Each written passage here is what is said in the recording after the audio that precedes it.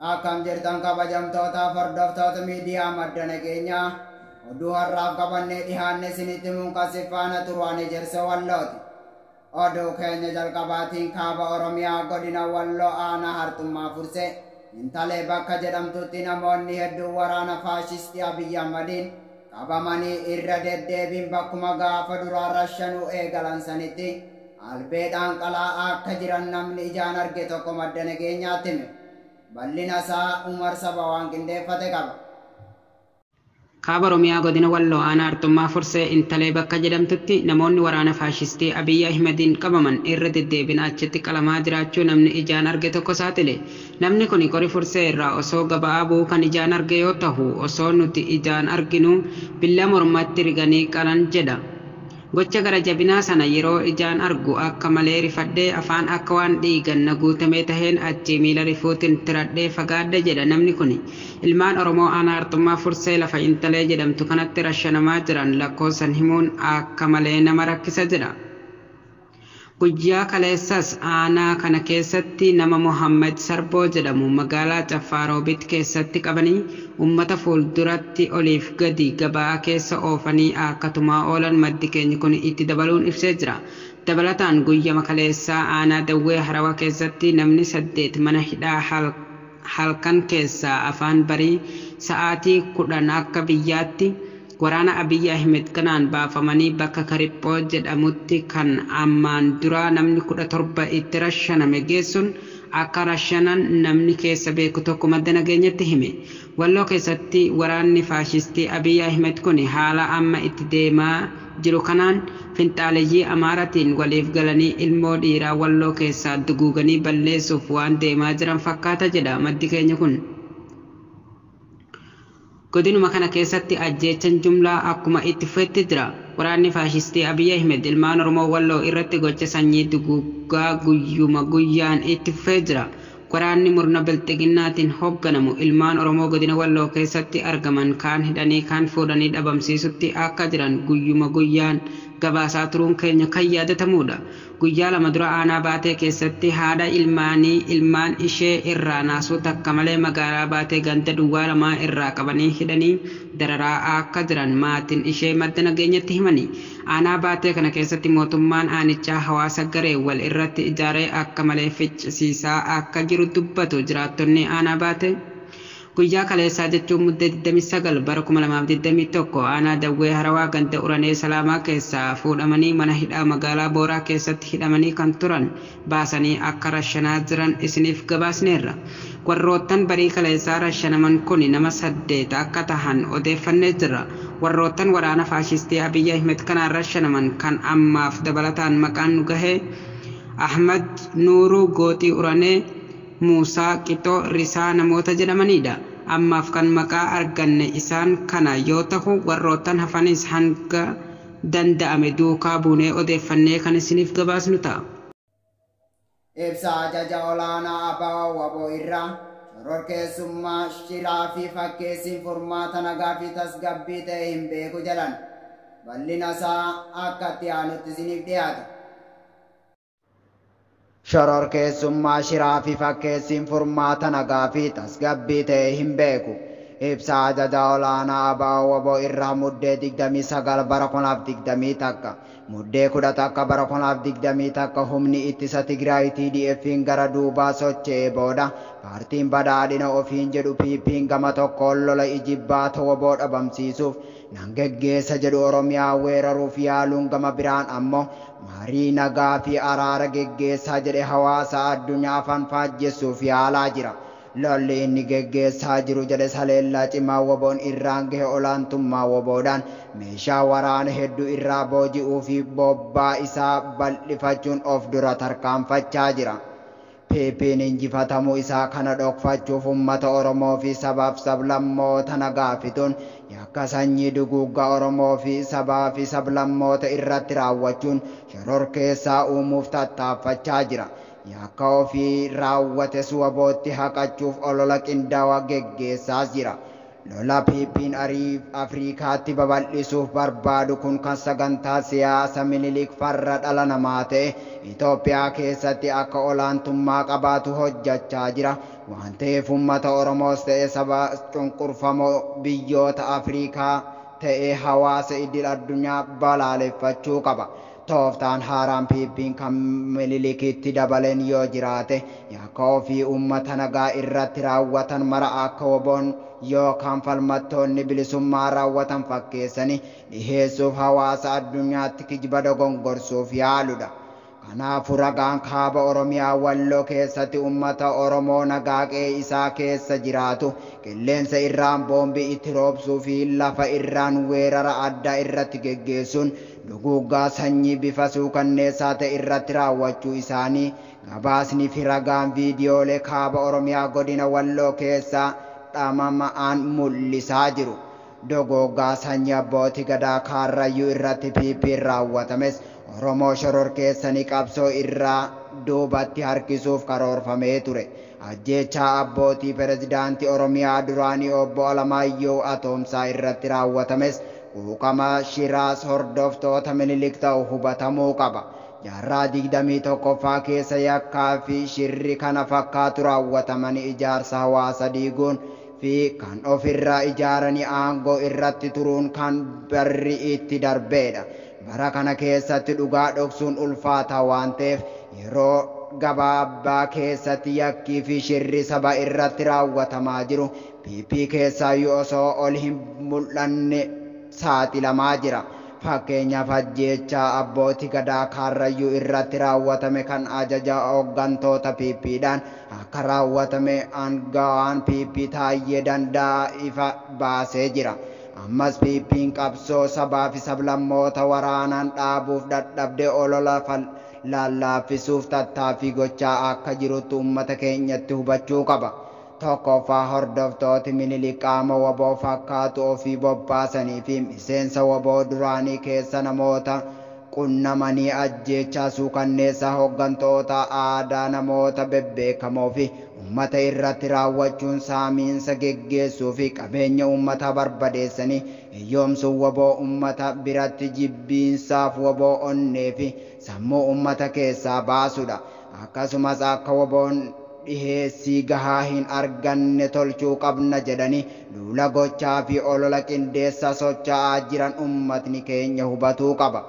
Lammaffaa namoota ABO fi waboo keessa turan itti dhimma bahuun olola walitti fufiinsa oofuun akka ABO waboon jibbamu taasisuu fakkeenyaaf namoota akka Qajeelaa Mardaasaa fi Qollicha Dheengee fakkaatan miidiyaatti baasuun uummata keessatti bobbaasanii akka marii geggeessan tolchuun uummata keessatti afaan faajjii uumuuf karoora qaban irratti dammaqeedha. Sadaffaa namoota qabsoo hidhannoo bulluqiin seenaan dantaa dhuunfaaf boolola'an qunnamanii nuti isiniif jirra jabaadhaa isin gargaarra jedhanii diyaaspooraa fi biyya keessaa qunnamanii diraamaa piippii irratti fudhatanii raawwatan dhidhiibanii fi uummata irratti yakka raawwatan uummata saamiinsaa hiriirsanii fi jireenya isaanii dhuunfaaf deebihanii jajjabeessuun waboo keessatti gargaaramuu dhalachuuf tattaaffachuun mallattoo waan jiruufi. Afraffaa warrumti lola kana geggeessaa ture gama tokko maqaa marii nagaa fi araara ofumaa walitti haasa'uun mirga uummata ukkaamsuuf karoora waan qabaniifi uummatni keenya fi hawaasni idil addunyaa tooftaa fi shira hordoftoota Minilikiitti dhimma bahanii fi taatan hubatee sagantaa siyaasa Minilik duula Minilik irratti bobbaafame fashalaa'uun dhimma jiraachuu fi dhabamuu sabaaf sablammoota waan ta'eef dhabaa fi shira hiriyaa hin qabne kan oromummaa fi eenyummaa saboota irratti geggeeffamaa jiru miseensota piippii eenyummaa isaanii tikfachuuf barbaadan dabalatee waan dhabamsiisuuf deemu waan ta'eef ilmaan Oromoo waraana piippii keessa jirtan marti ofiif jecha meeshaa qabdan geggeessitoota sagantaa Minilikitti garagalchitanii qaama seena qabsoo bilisummaa Oromoo taatan yoo sun ta'uu hanqate seena jeneraal Siree Mokonnoniin akka isin irraa hin hafne ta'uu ajajaa olaanaa ABO hubachiisa. Sagantaan siyaasa Minilik sabaa fi sablammoota impaayera Itoophiyaa keessa jiran qofa osoo hin taane hawaasa idil addunyaa maraaf bal'aa guddaa waan qabuuf lola piipii maqaa Minilik moggaase geggeessaa jiru kunis kan impaayera Itoophiyaa diige naannoo gaanfa Afrikaa jeequmsa keessa galchuu waan ta'eef tokkummaadhaan dura dhaabbatamu akka qabu ajajaa olaanaa ABO dhaama.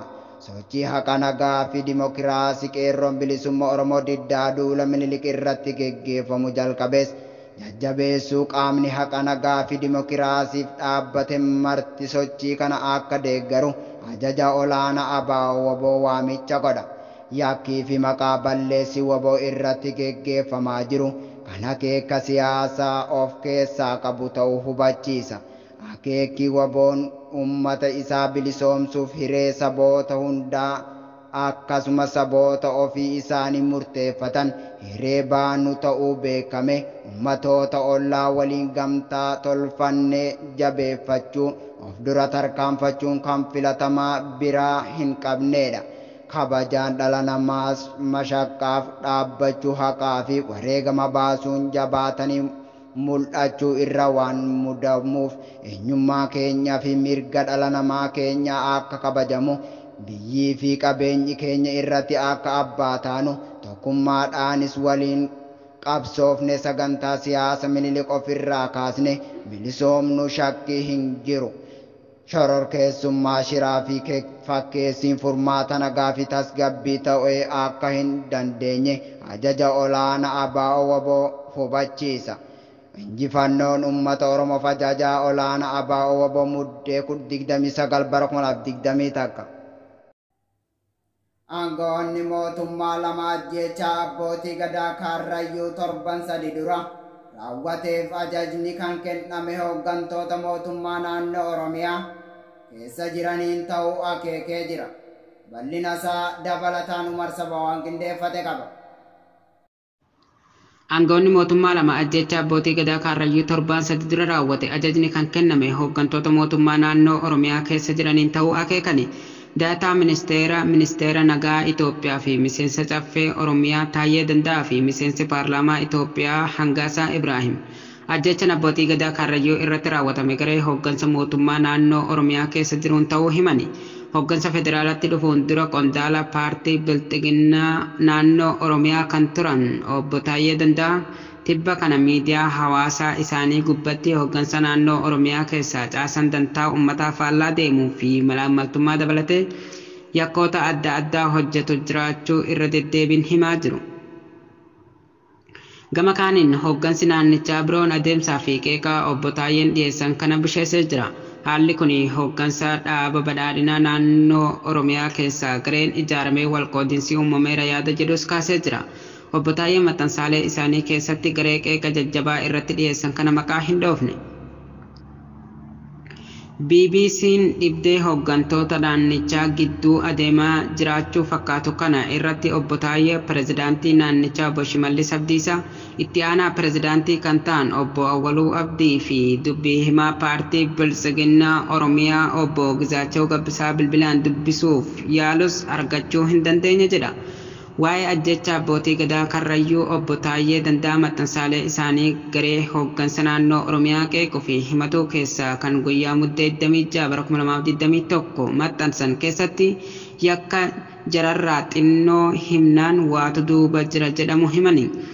Ajjeefamuu abbootii gadaa Karrayyuu booda namootni 20 ol achi buuteen dhabame gadaa hawaas abbaa gadaa Karrayyuu ta'uun baallii fudhatan abbaa gadaa Karrayyuu dabalate namoonni 14 eenyuun akkamiin ajjeefamani kan isin shiftaa itti ergitanii ficcisiistan kan abbootii gadaa irraa ajjeeftanii fi kan isin bitaa qawweef jecha qarshii 600,000 irraa guurtanii dhowwattan martuu nu duuba jira jechuun ajjeechaa abbootii gadaa Karrayyuu duuba hooggansi mootummaa jiraachuu akeekanii jiru. Miseensi paarlaamaa Itoophiyaa kan ta'an Hangaasaa Ibraahim yaadota obbo Taayyee deeggaran kaasuun odeeffannoo bal'aa rakkoo hoggansa sadarkaa naannootti jiru miidiyaa hawaasummaa gubbatti yoo himan akkaataa abbootiin gadaa Kaarrayyuu ajjeefamanis ibsanii jiru. Sadaasa 22 ganama poolisiin dhaqee isaan marsee nama 39 qabe. Nama 16 bosona Bassaqee jedhamu geessanii jilbiiffachiisanii naasuu malee ajjeesan jedha hangaasan. Odeeffannoo kana kan argatan namoota lama ajjeechaa kana jalaa lubbuun oolan irraa ta'uu fi nageenya isaaniif jecha eenyummaa isaanii akka hin ibsines dubbatanii jiru. Itti dabaluunis abbaan waan kana gaggeesse namoota qabdanii turtan 39 bakka tokkotti fixanii jirtanii oduun mootummatu abbootii gadaa Kaarrayyuu ajjeese jettu nutti hin kaatu turte hambisuu keessanitu sirrii miti jechuun ijoollee poolisootaa komatan jedhu. Qaama ajjechaa kana ajajaniiru jedhanis maqaa dhahanii himaniiru. Odeeffannoo namoota lamaan kanaan ifa godhame jedhan kunis odeeffannoo BBC'n amma dura yeroo ajjechaa abbootii gadaa Kaarrayyuu irratti gabaasa hojjetu argateen walsima. Godina Shawaa Bahaa daangaa aanaa Boosaatii fi aanaa Fantaalee iddoo Kaarraa yookaan mootummaa jedhamu qubatanii kan turan abbaa gadaa Kaarrayyuu Kadiir Hawaas dabalatee namoonni 14 humnoota mootummaa Oromiyaatiin ajjeefamuu jiraattonni BBC'tti himanii ture.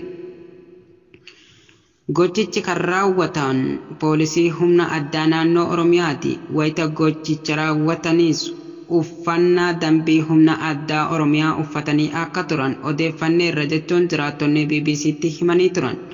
Haa ta'u malee mootummaan ajjechaa kana kan raawwate garee ABO Shanee ittiin jedhu ta'uu beeksisuun isaa ni yaadatama. Odeeffannoon qaama mootummaa keessaa waa'ee ajjechaa abbootii gadaa kana haaraan bahu hordofee BBC'n irra deddeebiin hoogganaa biiroo bulchiinsa fi nageenya Oromiyaa obbo Shaafii Hussein gaafatee ajjechaan suni qaamolee shororkeessoo ABO Shanee raawwatamuu dubbatanii. Gama biraatiin ammoo ajjechaan kun ta'e jedhamee fi hidhattoota mootummaa paartii badhaadhinaatiin namoota nagaa callisiisuuf gara jabinaan kan raawwatamedha jechuun ture. ABO'n ibsa wayita sanitti baasee tureen gocha kana balaaleffatee jira. Koloneel Gammachuu ayyaana irratti beellamni dabalataan qabamee jiraachuun dhaga'ame. Koloneel Gammachuu ayyaana irratti beellamni dabalataan qabamee jiraachuun dhaga'ame. Qondaala olaanaa ABO kan ta'e Koloneel Gammachuu ayyaana yeroo adda addaatti manni murtii bilxiginnaa bilisa isaan baasus tiknii fi poolisiin bilxiginnaa mana hidhaa itti jijjiiruun dararaa kan jirudha. Dhiheenya kana bifa haaraan manni murtii caffee araara yookaan 6 kiiloo jirutti dhiheessuun yeroo lammaffaaf beellama muddee 16 fi 17 bara 2020 takka poolisiin mana murtii irraa hambisuun isaa ni yaaddatama. Kaleessa jechuun muddee 29 bara 2020 takka beellama mana murtii waliigala federaala caffee araara yookaan 6 kiiloo yoo dhihaatan Koloneel Gammachuu ayyaana abbaan alangaa sababa adda addaa uumuun amajjii 10 bara 2020 takka yookaan akka lakkoofsa Habashaatti gaafa 2 bara 2014 beellama qabuun beekameera. Bilxiginnaa magaalaa Mooyyaaleetti lafa qotee bulaa uummata Oromoo irratti waajjira mootummaa naannoo Somaalee ijaaruun uummata lamman walitti buusuuf carraaqaa akka jirantu dhaga'ame. Bal'ina isaa Saabboontuu Wallootu qaba. Bilxiginnaan magaalaa Mooyyaaleetti lafa uummata Oromoo irratti waajjira mootummaa naannoo Somaalee ijaaruun uummata lamaan walitti buusuuf jiraachuun dhagahame. Guyyaa dheengaddaa jechuun muddee 28 bara 2021 Mooyyaalee irraan nuuf himanitti ijaarsi manneen mootummaa naannoo Somaalii qarqaarsa mootummaa Itoophiyaatiin magaalaa Mooyyaalee keessatti ijaarsa irra jira jedhu. Bakki ijaarsi kun itti eegale magaalaa Mooyyaalee bakka Cunqum jedhamu waraana asiin dura naannoo Oromiyaa fi Somaalee jidduutti deemamaa tureef ka'umsi ijaarsa manneen kanaa ture. Asiin dura mootummaan aangoo siyaasaa isaanii dheereffachuuf haala kanaan Somaalii fi Oromiyaa waliin cabsaa ture. Ammallee impaayirichi aangoo siyaasa isaanii dheereffachuuf akkuma barate godhaa jira. Mooyyaalee haga Nageellee Booranaatti lafeen kaleessa daangaa Oromiyaa cabuu dhoowwuuf caccabe haga ammaa rimmeen hin nyaanne. Dhiigni kaleessa Mooyyaaleetti dhangala'e ammallee hin qorre jedhu maddi kun. Naphii Moyyaalee dhuunfateera yoo jennu ragaa malee miti. Kan jedhan maddeen keenya suuraan mana kan mul'atu kun bakka barana gootota kumaa ol itti dhabnedha. Hirkoo dhabne gara itti ciqilfannu dhabnee rakkannee lafa saamamne jedhu. Mootummaan Bilxiginnaa muudama keessa jiru gara dabarsuuf shira qopheessee uummanni daangaa irratti akka wal waraanuuf hojjechaa kan jirudha. Egaa kabajamtootaaf hordoftoota miidiyaa madda nageenyaa oduu har'aaf qabannee dhiyaanne kana gammaa daawwattanidha. Qophiilee madda nageenyaa daawwachuu yoo barbaaddan Tiwiitara keenyaa fi yuutuubii keenya jala dhaqaa isiniin jecha haga waan nu waliin turtaniif galatooma.